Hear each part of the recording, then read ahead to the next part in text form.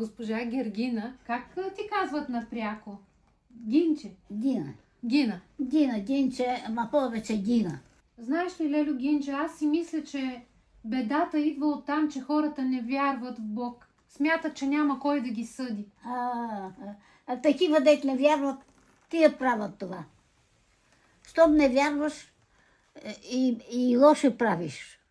А ако вярваш, няма да правиш това, ще си спокоен. Затова много ти се радвах на кръстчето, което видях, че си носиш. Без него не мога да живея. Той ми е.